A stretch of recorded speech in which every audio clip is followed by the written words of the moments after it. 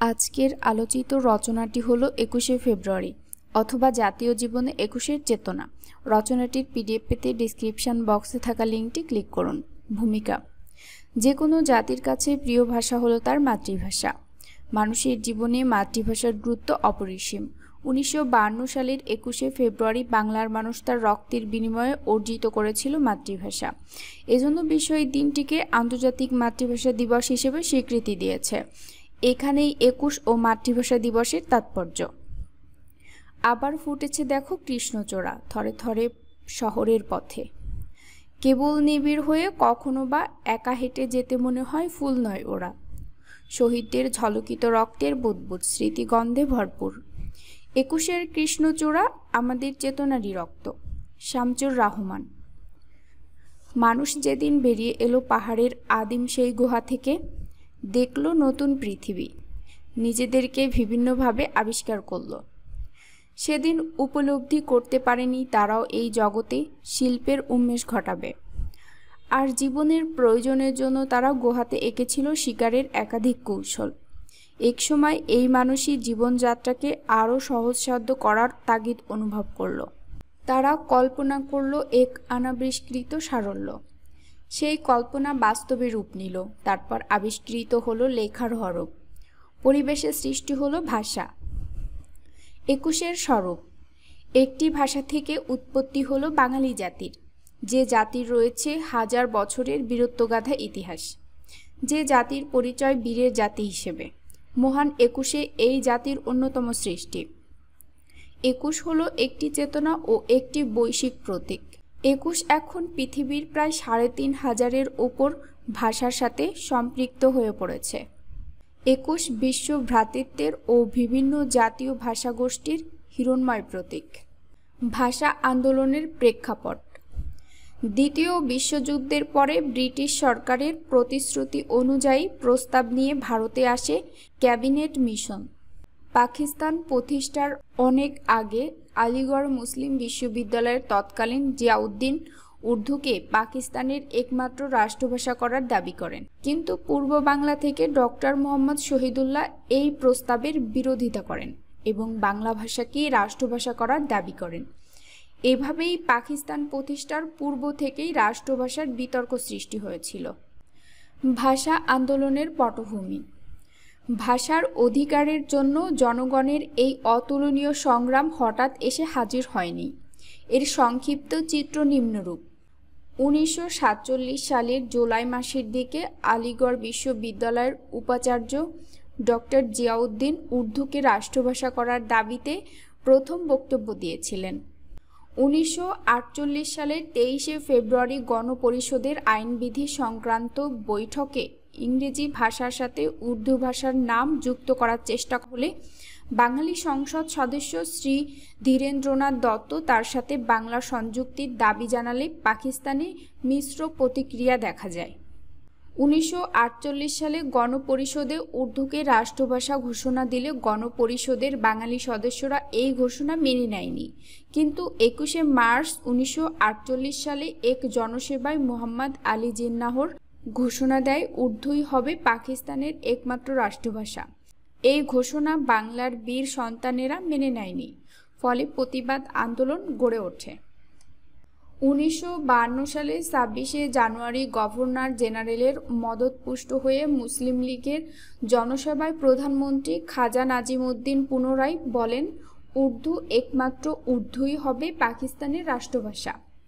শুরু হয় চূড়ান্ত ভাষা বিদ্রোহ।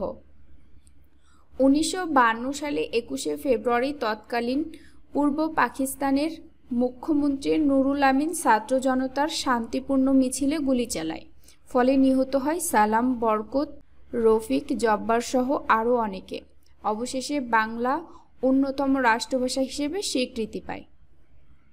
১৯৫২ সালের ভাষা আন্দোলনের মধ্য দিয়েই ১৯৭১ সালে স্বাধীনতা যুদ্ধের বীজ অঙ্কুরিত হয়, যার ফলশ্রুতিতে বাঙালি পায় একটি স্বাধীন সার্বভৌম রাষ্ট্র। আন্তর্জাতিক মাতৃভাষা দিবসের তাৎপর্য: আমাদের জাতীয় জীবনে আন্দোলনমুখর এই দিনটির তাৎপর্য অনেক গভীর। বুকের রক্ত ঝরা এই আন্দোলনের মধ্য দিয়ে অর্জিত হয়েছে বাঙালির ভাষা ও সংস্কৃতির অধিকার। তা আমাদের স্বাধীনতা সংগ্রামে দুর্বার প্রেরণা হিসেবে কাজ করেছে। 21শে ফেব্রুয়ারি সংগ্রামের পথ ধরেই আমরা স্বাধীনতা সংগ্রামে সামিল হয়েছিলাম এবং অর্জিত করেছি মুক্তিযুদ্ধের বিজয়। বাংলা ভাষার প্রতি অবহেলা। অনেক আগে থেকেই বাংলা ভাষার প্রতি অবহেলা চলে আসছে। দেশের বৃহত্তর জনসংখ্যার মাতৃভাষা বাংলা হওয়া সত্ত্বেও বাংলাকে অবহেলা করে উর্দুকে একমাত্র রাষ্ট্রভাষা হিসেবে ঘোষণা দেওয়া হয়, কিন্তু বাংলার মানুষ এই ঘোষণা মেনে নিতে পারেননি। তাদের স্বেচ্ছার প্রতিবাদী কণ্ঠে সারা বাংলা জেগে ওঠে। বাংলা ভাষার আন্দোলন। মূলত বাংলা ভাষার আন্দোলন 1948 সাল থেকেই শুরু হয়। আস্তে আস্তে এই আন্দোলন সারা বাংলাদেশ এবং পূর্ব পাকিস্তানের ছড়িয়ে পড়ে। ছাত্র জনতা এই আন্দোলনের সূত্রপাত ঘটালেও ক্রমাগত সমস্ত জনগণ এই আন্দোলনে জড়িত হয় এবং আন্দোলনকে সমর্থন জানায়। সরকার ভাষা আন্দোলনের উপর দমননীতি চালায়, কিন্তু এই আন্দোলন আরও উত্তপ্ত হয়ে ওঠে। 21শে ফেব্রুয়ারি। 1952 সালের 21শে ফেব্রুয়ারি অনুষ্ঠিত প্রাদেশিক পরিষদের অধিবেশনকে কেন্দ্র করে সারা দেশে বাংলা ভাষার মর্যাদা প্রতিষ্ঠার দাবিতে ধর্মঘট ডাকা হয়। ঢাকায় 144 ধারা জারি করে সভা সমিতি ও মিছিল নিষিদ্ধ করে স্বৈরাচারী সরকার। ঢাকা বিশ্ববিদ্যালয়ের ছাত্ররা এই নিষেধাজ্ঞা অমান্য করে রাজপথে মিছিল বের করে। তারা সরকারের অন্যায় অত্যাচারের বিরুদ্ধে প্রতিবাদ জানায়, কিন্তু স্বৈরাচারী সরকার তাদেরকে প্রতিহত করার জন্য মেডিকেল কলেজের সামনে মিছিলে গুলিবর্ষণ করে, যার ফলে সালাম, বরকত, রফিক, শফিক, জব্বার সহ আরও অনেক ছাত্র প্রাণ হারায়, যা পরবর্তীকালে বাঙালির নবজাগরণকে আরও কার্যকর করে। রাষ্ট্রভাষা হিসেবে বাংলা ভাষার স্বীকৃতি প্রদান।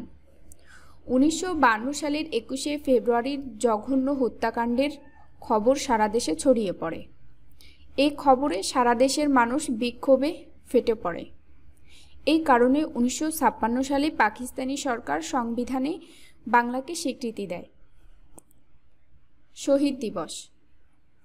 1952 সালের 21শে ফেব্রুয়ারির হত্যাকাণ্ডের স্মৃতি স্মরণ করার জন্য প্রতি বছর শহীদ দিবস পালন করা হয়, কিন্তু শহীদ দিবস পালনের মধ্যেই 21শে ফেব্রুয়ারির তাৎপর্য সীমাবদ্ধ থাকে না। বাঙালির জীবনে সকল ক্ষেত্রে প্রভাব বিস্তার করে। 21শের প্রভাব। বাঙালি জাতির জীবনের সকল ক্ষেত্রেই 21শের প্রভাব লক্ষ্য করা যায়। আমরা 21শের ঘটনা থেকে যে চেতনা অর্জন করেছি তা পরবর্তীতে সকল আন্দোলনের প্রেরণা হিসেবে কাজ করবে। 21শের পর থেকে তাদের ভেতরে দেশপ্রেমের উন্মেষ ঘটেছে। 21শের চেতনা থেকে বাঙালি জাতির অত্যাচার এবং শোষণের বিরুদ্ধে প্রতিবাদ করার শক্তি লাভ করেছে। বর্তমান 21। বাংলার মানুষ ভাষা শহীদদের স্মরণে প্রতি বছর ভাবগম্ভীর পরিবেশের মধ্য দিয়ে 21শে ফেব্রুয়ারি পালন করেন। বর্তমানে দেশে প্রচুর পরিমাণে শহীদ মিনার নির্মাণ করা হয়েছে। আগের থেকে মানুষ এখন 21শে ফেব্রুয়ারি সম্পর্কে অনেকটা সচেতন হয়েছে। এমনকি 21 নিয়ে বিভিন্ন অনুষ্ঠান ও আলোচনা সভা আয়োজন করা হয়। 21শের চেতনা। 21শের মধ্য দিয়েই আমরা আপন সত্তা আবিষ্কার করতে পেরেছি, এমনকি এর মাধ্যমে খুঁজে পেয়েছি স্বাধিকার অর্জনের প্রেরণা। কিন্তু এই প্রেরণা ও চেতনাকে ধ্বংস করার উদ্দেশ্যে সাম্প্রদায়িক শাসক গোষ্ঠী ষড়যন্ত্র করতে থাকে, যার ফলে অনেক শহীদ মিনার ভেঙে ফেলা হয়েছে। এত কিছু হয়ে যাওয়ার পরেও এই 21শের প্রেরণাকে ও চেতনাকে ধ্বংস করতে পারেনি, কেননা বাঙালি জাতির মনে এই চেতনা গেঁথে রয়েছে। 21শের আন্তর্জাতিক স্বীকৃতি ও তাৎপর্য। 1999 সালের 17 নভেম্বর ইউনেস্কো 21শে ফেব্রুয়ারিকে আন্তর্জাতিক মাতৃভাষা দিবস হিসেবে ঘোষণা করে। এই ঘোষণা বাংলার মানুষের জন্য বিশাল এক পাওয়া। মূলত এই ঘোষণার জন্য বিশ্বের প্রায় 4000-এর বেশি ভাষাকে স্বীকৃতি দেওয়া হয়। 21শে ফেব্রুয়ারিকে আন্তর্জাতিক মাতৃভাষা দিবস হিসেবে ঘোষণা করার ফলে আমাদের ভাষা শহীদদের আত্মত্যাগের আন্তরিক স্বীকৃতি মিলেছে। মাতৃভাষা হিসেবে বাংলা। 2000 সাল থেকে ইউনেস্কো বিশ্বে আন্তর্জাতিক মাতৃভাষা দিবস পালনের সিদ্ধান্ত নেয়। এজন্য সদস্য দেশগুলোর কাছে তারিখ নির্ণয়ের সুপারিশ চাওয়া হয়। বাংলাদেশও দিবসটি পালনের জন্য 21শে ফেব্রুয়ারি গৌরবগাথা বা তাৎপর্য তুলে ধরে। বাঙালি মাতৃভাষার জন্য জীবন দিয়েছে, রক্ত দিয়েছে, তাই ইউনেস্কো এই আত্মত্যাগের বিষয়টিকে সম্মান জানিয়ে 21শে ফেব্রুয়ারিকে আন্তর্জাতিক মাতৃভাষা দিবস হিসেবে স্বীকৃতি দিয়েছে। 21শে ফেব্রুয়ারিকে আন্তর্জাতিক মাতৃভাষা দিবস ঘোষণা করাই বাঙালির আনন্দ উৎসব। 21শে ফেব্রুয়ারিকে আন্তর্জাতিক মাতৃভাষা দিবস হিসেবে স্বীকৃতি পাওয়ার পরে বাঙালি আনন্দে উৎসবে মেতে ওঠে। তাই 1999 সালের 7ই ডিসেম্বর শিক্ষা মন্ত্রণালয় উৎসবের আয়োজন করে। উপসংহার: 21 বাঙালির জাতীয় চেতনার উৎসমূল। ভাষা আন্দোলনের বীজ অঙ্কুরিত হয়েই বাঙালির জাতীয়তাবাদের জন্ম। এই আন্দোলন ন্যায্য অধিকারের দাবি। স্বায়ত্তশাসনের এই দাবি থেকেই অঙ্কুরিত হয়েছে আমাদের মুক্তির সংগ্রাম। এই সংগ্রামের সাফল্য থেকেই বাংলাদেশ আজ স্বাধীন সার্বভৌম রাষ্ট্র। নিয়মিত রচনা পেতে চ্যানেলটি সাবস্ক্রাইব করুন এবং আপনার প্রয়োজনীয় রচনা পেতে রচনার নাম লিখে কমেন্ট করুন। এত সময় আমাদের সাথে থাকার জন্য ধন্যবাদ।